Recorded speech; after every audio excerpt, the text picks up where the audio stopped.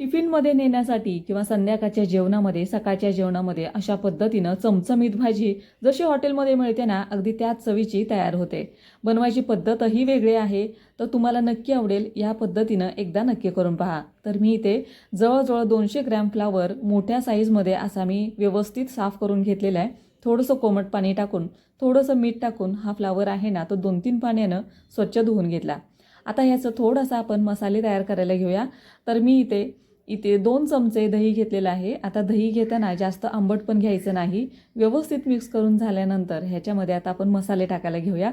तर इथे मी 2 चमचे लाल तिखट घेतलेलं आहे, 1 चमचाभर गरम मसाला, 1 चमचा घेतलेला आहे धना पावडर, त्याच्यानंतर 1 चमचा काश्मीरी मिरची पावडर घेतलेली आहे. ही तुम्ही स्किप केली तरीही चालेल.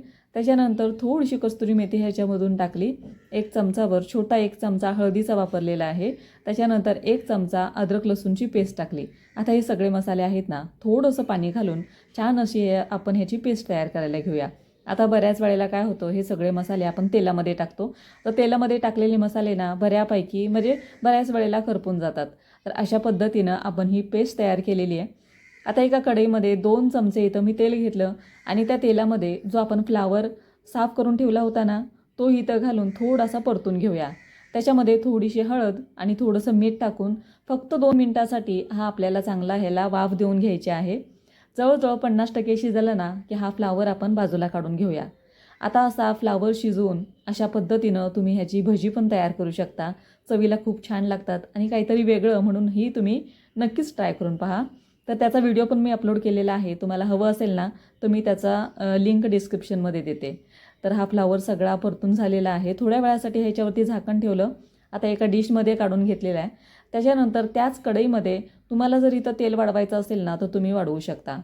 थोडंसं मी इथं मोहरी टाकलेली आहे. मोहरी तडतडली ती मीडियम साईजचा कांदा थोडासा लालसर करून घेतला आणि जी आपण पेस्ट तयार केली होती ना, ती घालून फक्त ह्याला थोडीशी आपल्याला उकळी आणून द्यायची.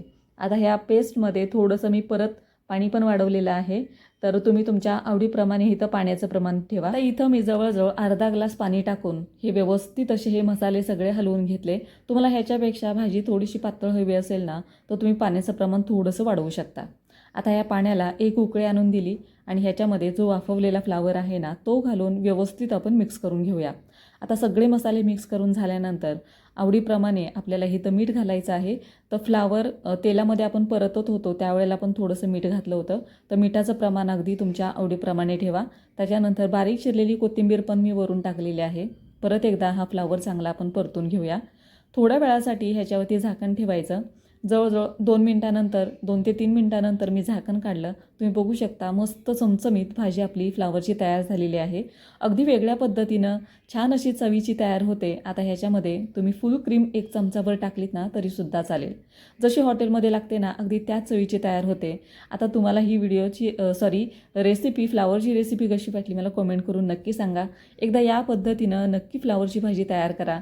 टिफिनसाठी असो किंवा संध्याकाळच्या जेवणासाठी मस्त चवीची तयार होते. व्हिडिओ आवडला असेल तर नक्की लाईक करा. चला तर मग पुन्हा भेटूया अशा छोट्याशा व्हिडिओ.